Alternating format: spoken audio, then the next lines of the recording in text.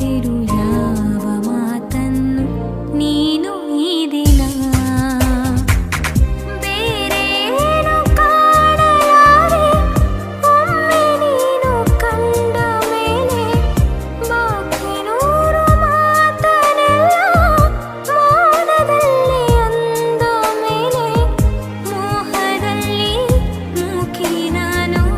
ನೀನು ಹೀಗೇನಾ ಓ